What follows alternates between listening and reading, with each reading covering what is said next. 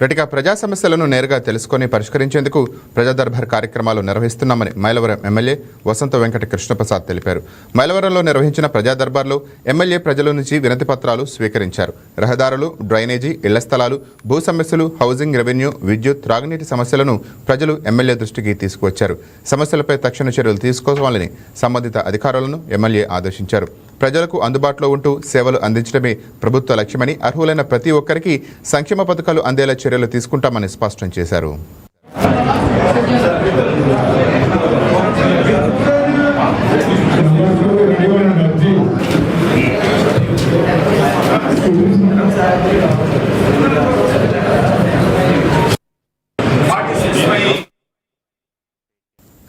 రెటిక కమ్మ corporation chairman బ్రహ్మం చౌదరిని విద్యా, IT శాఖ మంత్రి నారా లోకేష్ పరామర్శించారు.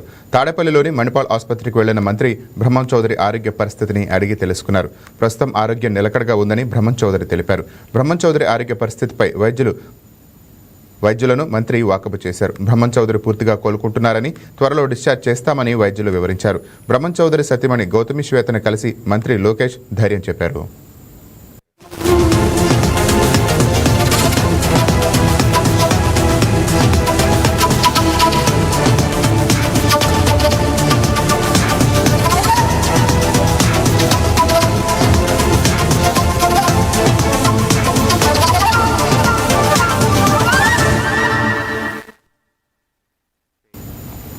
కృష్ణా జిల్లా దివిసీమలో సాగునీటి కోసం రైతులు ఆందోళనకు దిగారు. పంట పొలాలకు నీరు అందటం లేదంటూ పులిగడ్డ ఇరిగేషన్ కార్యాలయం వద్ద రైతులు నిరసన చేపట్టారు. ప్రధాన కాలువ వెంబడి ఉన్న పొలానికి నీరు అందకపోవడంతో ఇప్పటికే విత్తనాలు జల్లిన రైతులు ఆందోళన వ్యక్తం చేస్తున్నారు. మొలకలు రాకముందే పంటలు ఎండిపోయే పరిస్థితి ఏర్పడిందని రైతులు వాపోయారు. ఇరిగేషన్ అధికారులు రైతులతో మాట్లాడి పరిస్థితిని వివరించగా సమస్యను ఎమ్మెల్యే దృష్టికి తీసుకువెళ్లేందుకు రైతులు ఎమ్మెల్యే కార్యాలయానికి వెళ్లారు. వాతావరణ పరిస్థితులను దృష్టిలో ఉంచుకొని రైతులు వ్యవసాయ పనులు చేపట్టాలని అధికారులు సూచించారు. నుంచి రైతులు మాకు మళ్ళు పోసుకున్నాం, దానికి వాటర్ కావాలని చెప్పేసి గౌరవ ఎమ్మెల్యే గారి దగ్గరికి రావడం జరిగింది. ఎమ్మెల్యే గారు కూడా అసలు వాటర్ పరిస్థితి ఏంటి ఆయన కూడా రావడం జరిగింది.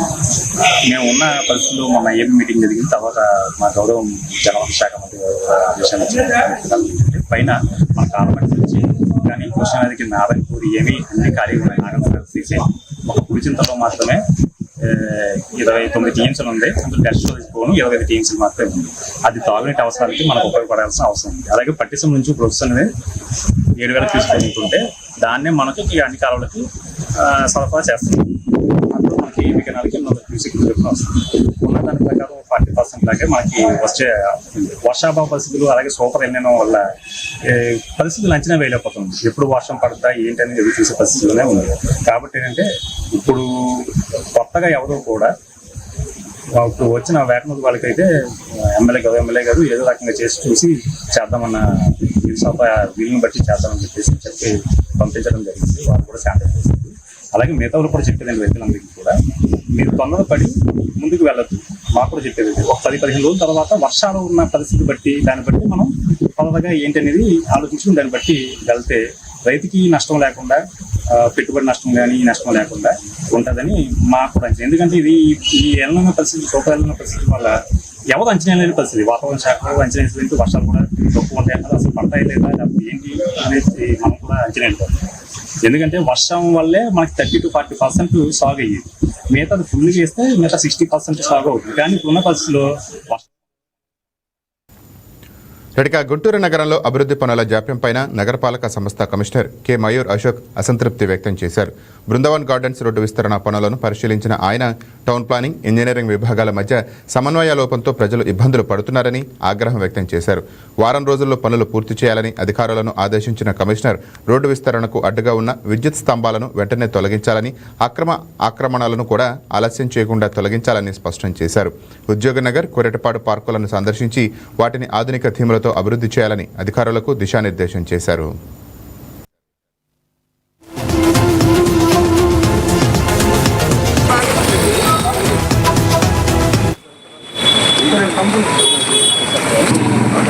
మీరు చేశారా? అది ముందు చేయలేరా? నిన్న చేసింది మీరు 15 days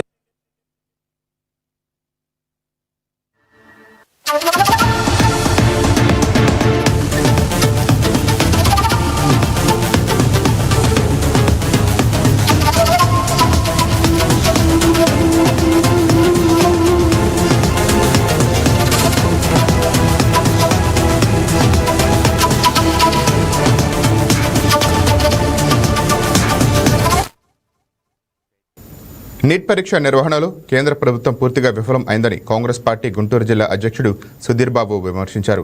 ఢిల్లీలోని జంతర్ మంతర్ దగ్గర విద్యార్థులు యువత చేపట్టిన నిరసనకు మద్దతుగా వెళ్లిన కాంగ్రెస్ నేత రాహుల్ గాంధీ పైన పోలీసులు వ్యవహరించిన తీరును ఆయన తీవ్రంగా ఖండించారు. ఈ ఘటనపై నైతిక బాధ్యత వహిస్తూ కేంద్ర విద్యాశాఖ మంత్రి, కేంద్ర హోంశాఖ సహాయ మంత్రి, సంబంధిత మంత్రులు రాజీనామా చేయాలని డిమాండ్ చేశారు. డిమాండ్లు నెరవేరకపోతే రాష్ట్ర వ్యాప్తంగా పెద్ద ఎత్తున ఆందోళన చేపడతామని హెచ్చరించారు. గుంటూరు జిల్లా కాంగ్రెస్ పార్టీ కార్యాలయంలో గత 2 రోజుల నుంచి ఢిల్లీ జంతర్ మంతర్ దగ్గర జరుగుతున్నటువంటి విద్యార్థుల మీద లాఠీ చార్జీలు కానివ్వండి, టియర్ గ్యాస్ ప్రయోగించడం కానివ్వండి, ఇష్టానుసారంగా మరి వాళ్ళని ఉగ్రవాదులు అనుకుంటున్నారా, లేకపోతే యాంటీ నేషనలిస్ట్ అనుకుంటున్నారా, లేకపోతే వాళ్ళని ఏమన్నా ఒక ఉగ్రదాడిగా భావించి అసలు దాడులేంటి, అసలు సభ్య సమాజం టీవీలలో ఫోన్లలో చూస్తుంటే ఆ యొక్క చిత్రాలు కంటతడి పట్టించే విధంగా ఉన్నటువంటి చర్యలు చేపట్టారు కేంద్ర ప్రభుత్వం వారు విద్యార్థుల పట్ల. మరి విద్యార్థుల పట్ల అంత చేసినటువంటి కేంద్ర ప్రభుత్వాన్ని ప్రశ్నించడానికి రాహుల్ గాంధీ గారు పార్లమెంటు సమావేశంలో కూడా ఆ యొక్క ప్రశ్నలు లేవదీస్తే దానికి సమాధానం చెప్పకుండా పార్లమెంటు సమావేశాన్ని వాయిదా వేసి అక్కడున్న సభ్యులందరినీ వాయిదాకి గురి చేసి వాళ్ళ యొక్క గళాన్ని దేశానికి వినిపించకుండా చేసినందుకు గట్టి గుణపాఠం చెప్పడానికి ప్రధానమంత్రి గారి నివాసం దగ్గరికి వెళ్లి శాంతియుతంగా ధర్నా చేస్తున్నటువంటి కాంగ్రెస్ పార్టీ నాయకులు రాహుల్ గాంధీ గారు, ప్రియాంక గాంధీ గారు, ఖర్గే గారు, కేసీ వేణుగోపాల్ గారు, అట్లా చాలా మంది నాయకులు దాంట్లో ఇన్వాల్వ్ అయ్యి శాంతియుతంగా చేస్తున్నటువంటి ధర్నాలో, నిరసనలో మరి ఏమడుగుతున్నారు వాళ్ళు? ఎవరైతే విద్యార్థులు చనిపోయారో వారికి సంబంధించినటువంటి వారి కుటుంబాలకి మీరు న్యాయం చేయండి. ఈ పేపర్ లీక్లకు సంబంధించి ఎవరైతే బాధ్యత వహిస్తున్నారో విద్యాశాఖ మంత్రి, ఆయన రాజీనామా చేయాలి. వాళ్ళు అడిగే 2-3 రిక్వైర్మెంట్స్ కూడా మీరు ఫుల్ఫిల్ చేయలేకపోతే ఎందుకంటే మీ ప్రభుత్వం ఉంది. గంగపుత్రుల జీవనోపాధి మెరుగుదలకు రాష్ట్ర ప్రభుత్వం ప్రత్యేక ప్రాధాన్యత ఇస్తోందని నందికొట్కూరు ఎమ్మెల్యే గిత్తా జయసూర్య అన్నారు. నంద్యాల జిల్లా పగిడ్యాల మండలం నెహ్రూ నగర్ ఘాట్ దగ్గర నూతనంగా టూరిజం బోటును ఆయన ప్రారంభించారు. ప్రయాణికులతో కలిసి కృష్ణానదిలో బోటు ప్రయాణం చేశారు. నెహ్రూ నగర్ ఘాట్ నుంచి తెలంగాణలోని మంచాలకట్ట ఘాట్ వరకు ప్రయాణించే ప్రజలకు ఈ బోటు సేవలు ఎంతో ఉపయోగపడతాయని, హైదరాబాద్ సుమారు 60 కిలోమీటర్ల ప్రయాణ దూరం తగ్గుతుందని తెలిపారు.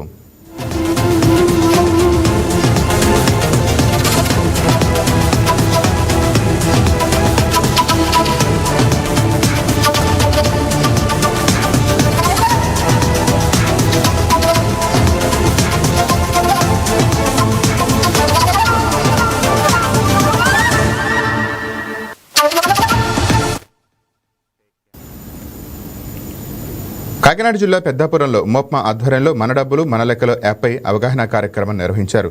మహిళా సంఘాల ఆర్థిక లావాదేవీల్లో పారదర్శకత, డిజిటల్ వినియోగాన్ని ప్రోత్సహించే లక్ష్యంతో చేపట్టిన ఈ కార్యక్రమంలో డీసీసీబీ చైర్మన్ తుమ్మల రామస్వామి బాబు, ప్రజాప్రతినిధులు, మెప్మా అధికారులు, మహిళా సంఘాల సభ్యులు పాల్గొన్నారు. పట్టణంలో అవగాహన ర్యాలీ నిర్వహించి యాప్ వినియోగం ప్రయోజనాలపైన మహిళలకు వివరించారు. మంచి ప్రభుత్వం, కూటమి ప్రభుత్వం యొక్క ఆధ్వర్యంలో ముఖ్యంగా మన ముఖ్యమంత్రి వర్యులు నారా చంద్రబాబు నాయుడు గారు, ఉప ముఖ్యమంత్రి వర్యులు పవన్ కళ్యాణ్ గారి యొక్క ఆలోచనతో ఏదైతే పట్టణ పేదరిక నిర్మూలన అనేటువంటి మెప్మా యొక్క ఆధ్వర్యంలో ఈరోజు పెద్దాపురం నియోజకవర్గంలో శాసనసభ్యులు గౌరవ నిమ్మకాయల చంద్రజాబు గారి యొక్క ఆధ్వర్యంలో ఈరోజు మన పెద్దాపురం పట్టణంలో మరి మన గౌరవ మాజీ మున్సిపల్ చైర్పర్సన్ గా ఉన్నటువంటి రాజా సూర్యబాబు గారి యొక్క నేతృత్వంలో మన మెప్మా పిడి గారు, మున్సిపల్ కమిషనర్ గారి యొక్క ఆధ్వర్యంలో మరి ఏదైతే మహిళలకి ఒక యాప్ ఒకటి ఇవ్వడం జరిగింది రాష్ట్ర ప్రభుత్వం. మన డబ్బులు మన లెక్కలు అనేటువంటి యాప్లో ప్రతి మహిళ కూడా యాడ్ అవ్వాలని, దాని ద్వారా మరి ఈ పారదర్శకతతో ప్రతి కార్యక్రమం చేయాలి. మహిళలు ఎవరైతే ఈ పొదుపు సంఘాల ద్వారా ఎంత డబ్బు అప్పు తీసుకున్నారు, దానికి ఎంత వడ్డీ అవుతా ఉంది, అలాగే రాష్ట్ర ప్రభుత్వం నుంచి కానీ కేంద్ర ప్రభుత్వం నుంచి కానీ అనేటువంటి వడ్డీ సాయాలు ఏ మేరకు వస్తా ఉన్నాయనేటువంటిది ప్రతి ఒక్కరూ తెలుసుకోవాలి. ఏ మహిళ కూడా మోసపోయి ఆపుకోకూడదనేటువంటి ఉద్దేశంతో ఈ రోజు ఒక రాష్ట్ర ప్రభుత్వం ప్రతిష్టాత్మకంగా ఒక పారదర్శకతో ఒక యాప్ తీసుకోవడం జరిగింది. ముఖ్యంగా ఇక్కడ ఉన్నటువంటి ఆర్పీలకు కానీ రెడ్డి అమలాపురం జిల్లా పరిషత్ బాలికల ఉన్నత పాఠశాలలో ఉర్దూ ఉపాధ్యాయుడిని వెంటనే నియమించాలని ముస్లిం విద్యార్థినులు డిమాండ్ చేశారు. ఉపాధ్యాయుడు లేక చాలా కాలంగా ఉర్దూ పాఠ్యాంశాల బోధన సరిగా జరగటం లేదని ఆవేదన వ్యక్తం చేస్తూ తల్లిదండ్రులతో కలిసి కలెక్టరేట్లో డీఆర్ఓ సుబ్బారావుకు వినతిపత్రం అందజేశారు. సమస్యను జిల్లా కలెక్టర్ మహేష్ కుమార్ దృష్టికి తీసుకువెళ్లి వీలైనంత త్వరగా పరిష్కారానికి చర్యలు తీసుకుంటామని డీఆర్ఓ హామీ ఇచ్చారు. మేము 6వ తరగతి నుంచి చదువుతున్నాము. ఆ స్కూల్లో 6వ తరగతి నుండి 8వ తరగతి దాకా ఒక టీచర్ ఉండేవారు. ఆవిడ గత సంవత్సరం ట్రాన్స్ఫర్ అయిపోయి వెళ్ళిపోయారు. టెంపరీగా ఒక సార్ని పెట్టారు. ఆ సార్ ఇప్పుడు రావట్లేదు. మాకు నెక్స్ట్ మంత్ 3rd నుంచి ఆగస్ట్ 3rd నుంచి ఎగ్జామ్స్ మరి ప్రిపేర్ అవ్వడానికి ఎవరు లేరు. సో ఎవరినైనా సార్ని కానీ టీచర్ని కానీ ప్రొవైడ్ చేయాలని కలెక్టర్ గారిని కోరుతున్నాము. మేము 14 మంది చదువుతాము. ఉర్దూ కోసం ఎవరినైనా ప్రొవైడ్ చేయాలని కలెక్టర్ గారిని కోరుతున్నాము.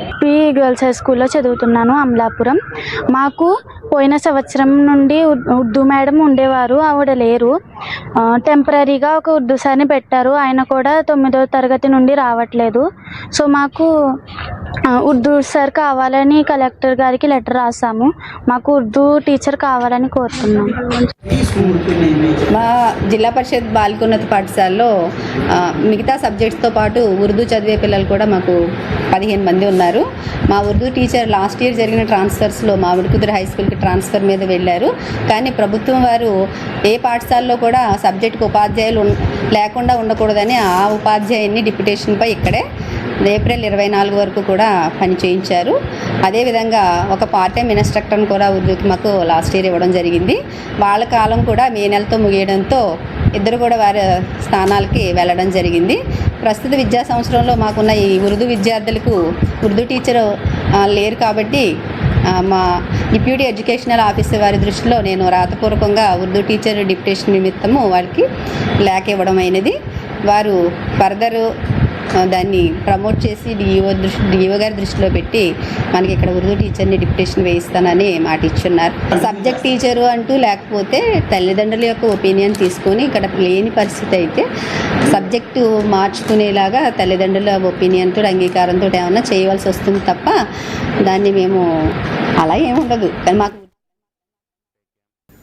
రెడ్డిగా మాజీ మంత్రి ముద్రగడ పద్మనాభం మరణంపైన అంతర్జాతీయ శిల్ప కళాకారుడు వడియార్ ఫైన్స్ ఆర్ట్ అధినేత ఆచార్య దేవరగుప్త రాజ్ కుమార్ వడియార్ సంతాపం వ్యక్తం చేశారు. ముద్రగడ సమాధిని సందర్శించి నివాళులు అర్పించిన ఆయన బడుగు బలహీన వర్గాల కోసం ముద్రగడ చేసిన రాజీలేని పోరాటాలను స్మరించుకున్నారు. పత్తిపాడు నియోజకవర్గ వైసీపీ ఇన్ఛార్జ్ ముద్రగడ గిరిబాబు ముద్రగడ బాలు సహా కుటుంబ సభ్యులను పరామర్శించి ఓదార్చారు.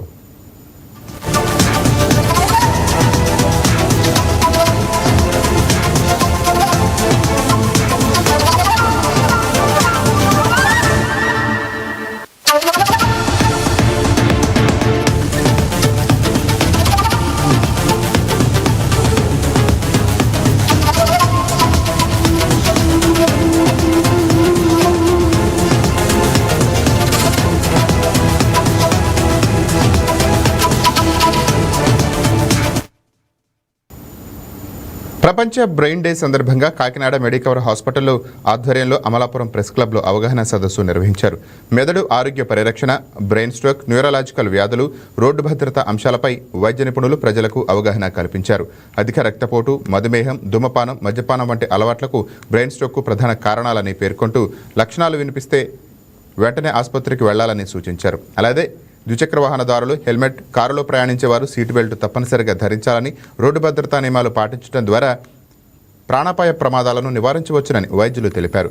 బ్రెయిన్ ట్యూమర్ లక్షణాలను నిర్లక్ష్యం చేయకుండా ప్రారంభ దశలోనే చికిత్స తీసుకుంటే మెరుగైన ఫలితాలు సాధ్యం అవుతాయని సూచించారు.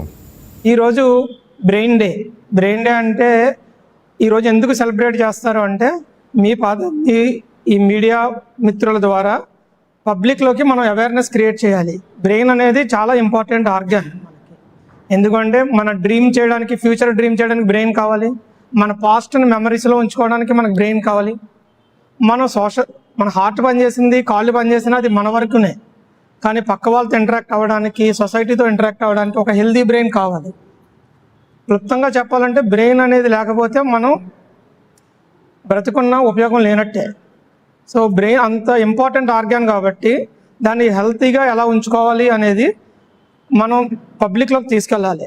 దానికి మీ యొక్క ముఖ్య పాత్ర చాలా అవసరం మాకు. సో డాక్టర్ గారు చెప్పినట్టు ఫిట్స్, స్ట్రోక్ గురించి డాక్టర్ గారు చాలా వివరించారు. ఇప్పుడు వేరే కండిషన్స్, బ్రెయిన్ ట్యూమర్స్ ఒకటి, 2 రోడ్ ట్రాఫిక్ యాక్సిడెంట్స్, ఇవి కూడా మనకి కామన్గా చూస్తూ ఉంటాం. ఈ రోడ్ ట్రాఫిక్ యాక్సిడెంట్స్ అంటే బ్రెయిన్ ఇంజురీ జరుగుతూ ఉంటాయి. బ్రెయిన్ ఇంజురీస్ జరిగినప్పుడు ఈ బ్రెయిన్ ఇంజురీస్ వలన మొత్తం ఫ్యామిలీ కొలాప్స్ అయిపోతూ ఉంటుంది. చూస్తే ముఖ్యంగా మనకు భారతదేశంలో సంవత్సరానికి 1,00,000 మంది బ్రెయిన్ యాక్సిడెంట్ వల్ల చనిపోతున్నారు ఈ రోడ్ ట్రాఫిక్ యాక్సిడెంట్ వల్ల. అందులో ఎక్కువ శాతం 90% యువతే ఉంటారు, 30 సంవత్సరాల లోపే ఉంటారు. వాళ్ళందరూ కూడా యాక్టివ్గా సంపాదించి కుటుంబాన్ని పోషించే వాళ్ళే ఉంటారు ఈ 30 ఏళ్ళలోపు. ఎప్పుడైతే ఈ సంపాదించే వాళ్ళు యాక్సిడెంట్కి గురయ్యి ఉన్న డబ్బులు, అప్పటి వరకు సేవ్ చేసుకున్న డబ్బులన్నీ హాస్పిటల్కి ఖర్చు పెట్టడం ద్వారా మొత్తం ఫ్యామిలీ, ఒక యాక్సిడెంట్ అయ్యింది అంటే మొత్తం ఫ్యామిలీ అంతా కూడా రోడ్డున పడిపోతుంది. దానికి మీ ద్వారా హెల్మెట్ తప్పనిసరిగా ధరించాలి. అలాగే బైక్స్ కానీ, ఒకవేళ కార్లో ట్రావెల్ చేస్తే సీట్ బెల్ట్స్ కానీ చేసుకున్నప్పుడు సేఫ్టీ మెజర్స్, ఏదో పోలీసు వారు ఫైన్ వేస్తారని కాకుండా మనం మన భద్రత గురించి అది జనాల్లోకి చాలా స్పీడ్గా తీసుకెళ్ళాలి. హెల్మెట్ బండి పెట్టుకోవడం అనేది మన అవసరం, ఏదో పోలీసు నుంచి పనిష్మెంట్. రెడికా డెంగ్యూ మాసోత్సవాల సందర్భంగా నర్సరావుపేట రూరల్ పోలీస్ స్టేషన్లో డెంగ్యూ వ్యాధిపై అవగాహన కార్యక్రమం నిర్వహించారు. మలేరియా విభాగం అధికారులు, పోలీస్ సిబ్బంది ప్రజలకు డెంగ్యూ, మలేరియా వంటి దోమల ద్వారా వ్యాపించే వ్యాధులపై అవగాహన కల్పించారు. పరిసరాలను పరిశుభ్రంగా ఉంచడం, నిల్వ నీరు లేకుండా చూడటం, పూర్తి చేతులకు దస్తులు ధరించడం, దోమతెరలు వినియోగించడం వంటి నివారణ చర్యలు పాటించాలని సూచించారు. డెంగ్యూ వ్యాధి ప్రబలే అవకాశం ఉంది. యాక్చువల్గా మలేరియా, డెంగ్యూ, చికెన్గునియా, మెదడువాపు వ్యాధి, ఫైలేరియా, ఈ 5 జ్వరాలు కూడా మోస్ట్ డేంజర్. వీటిల్లో కూడా డెంగ్యూ వ్యాధి ఫైనాన్షియల్గా డేంజర్ వ్యాధి కాబట్టి యాక్చువల్గా ఇది ఇదివరకు ప్రాణాంతంగా చనిపోయేవాళ్ళు. ఈరోజు చనిపోవట్లేదు, కానీ మెడిసిన్ వచ్చింది, కానీ ఖర్చుతో కూడిన ఆహారం కాబట్టి ప్రజలు ఇబ్బంది పడకుండా ఉండటానికి దీని గురించి అవగాహన కార్యక్రమం ఏర్పాటు చేయబడింది గవర్నమెంట్ దృష్టిలో. ఇంకో విషయం ఏంటంటే ఇవి కేవలం దోమల ద్వారా మాత్రమే వస్తాయి. ఈ దోమలు కూడా పగటిపూట మాత్రమే కొడతాయి. మనము హాస్పిటల్ పాలయ్యి లక్షలు వేలు ఖర్చు పెట్టుకునే కంటే కూడా ఇంట్లో దోమలు లేకుండా చేసుకున్నట్లయితే వ్యాధిని బారిన పడకుండా ఉంటాం. దీనికి 2 కాన్సెప్ట్ ఉంది. దోమ పుట్టకూడదు, దోమ కుట్టకూడదు. అంటే దోమ పుట్టకూడదు అంటే దానికి ముఖ్యమైన ఆవాస ప్రదేశాలు ఏంటంటే నీరు నిల్వ ఉండకుండా ఉండాలి. నీరు ఉన్న చోట దోమలు వృద్ధి చెందుతాయి. మనం కానీ మన ఇళ్ళల్లో కానీ మన ఇంటి చుట్టుపక్కల పరిసరాల్లో కానీ శుభ్రంగా చేసుకున్నట్లయితే దోమల పెరుగుదల అరికట్టవచ్చు. ఇంకో విషయం ఏంటంటే దీనిలో ఒక కాన్సెప్ట్ పెట్టారు, ఫ్రైడే డ్రై డే. అంటే ప్రతి శుక్రవారం దేశవ్యాప్తంగా ప్రతి ఇంటిలో కూడా నీరు వంపేసి మళ్ళీ పట్టుకోవడం. అంటే ఈ దోమలు వృద్ధి చెందడానికి 1 నుంచి 10 రోజులు పట్టింది. ఈ 10 రోజుల్లో దోమలు పిల్లగా నీళ్ళలో ఉంటాయి కాబట్టి మనం ప్రతి శుక్రవారం నీళ్లు పారబోసినట్లయితే దానిలో ఉన్న లార్వా, చిన్నపిల్ల దోమలు చనిపోతాయి. అదే దోమగా బయటికి వస్తే దాన్ని పట్టుకోలేము. మనం ఫాగింగ్ మిషన్ ద్వారా పొగమందు కొట్టినా కానీ పారిపోతుంటే కానీ చనిపోవు. అదే లార్వా ఉన్నప్పుడైతే చనిపోతాయి కాబట్టి ప్రతి శుక్రవారం మనం నీళ్ళు పారబోస్తే లార్వా స్టేజ్లోనే చనిపోతాయి. ఇంకొకటి ఏంటంటే కొన్ని చోట్ల అట్టనే తయారవుతాయి కాబట్టి దోమలు, మనం ఇళ్లలో దోమతెరలు కంపల్సరీగా వాడుకోవాలి. దోమ కుట్టకూడదు అనే దానికి ఫుల్ హ్యాండ్స్తో డ్రెస్ తోటి నిద్రపోవాలి. దోమతెరలు కంపల్సరీగా వాడుకోవాలి. ఈ 2 కరెక్ట్గా పాటించినట్లయితే